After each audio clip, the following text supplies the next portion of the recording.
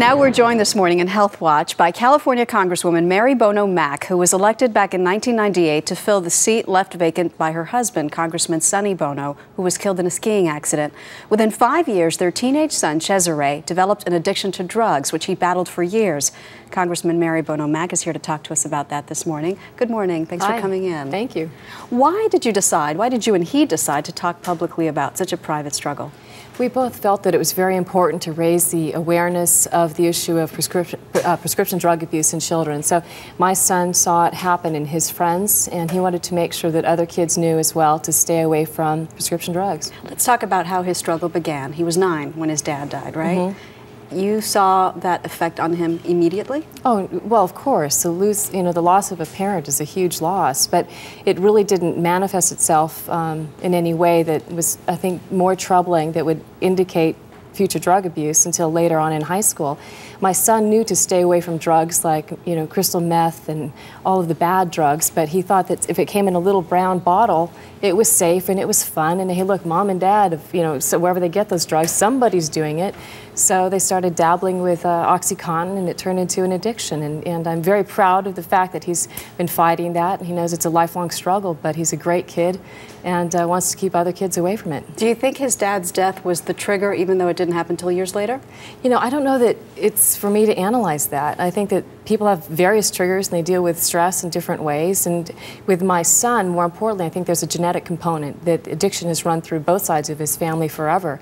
My mistake as a parent was I didn't go earlier to something like drugfree.org and look at what I ought to be doing, and I was sort of taking countermeasures that were incorrect. And so for my son, it was a genetic factor, yes, some stress factors, and my mistake was that I didn't really turn to the proper place and get some help for myself and how to help him a lot sooner. You say it was your mistake. Why is that? Did you notice warning signs that you ignored?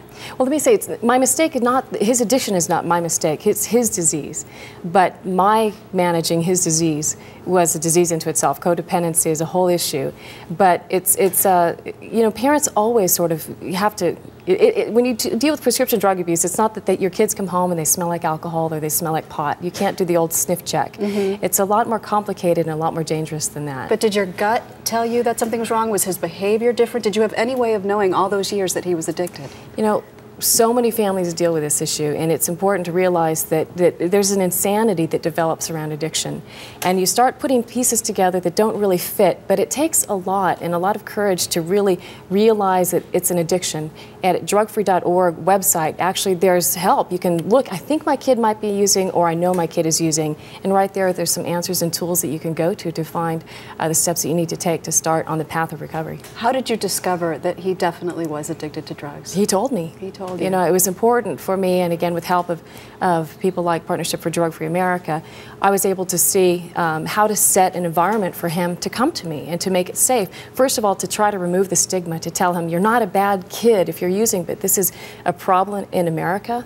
It's a disease, and I would talk to you about diabetes if you had diabetes, and I'm going to talk to you and try to help you with drug addiction. So I had to really set that environment for him, and luckily he is such a great kid that he called me up one day and said, "Mom, I need help." And I'm blessed and I'm lucky that he came to me to say, "Mom, I need help, and I want to help my friends." So happy he's on the road to recovery. Thank you very much. Thank you. Mary Bono Mack.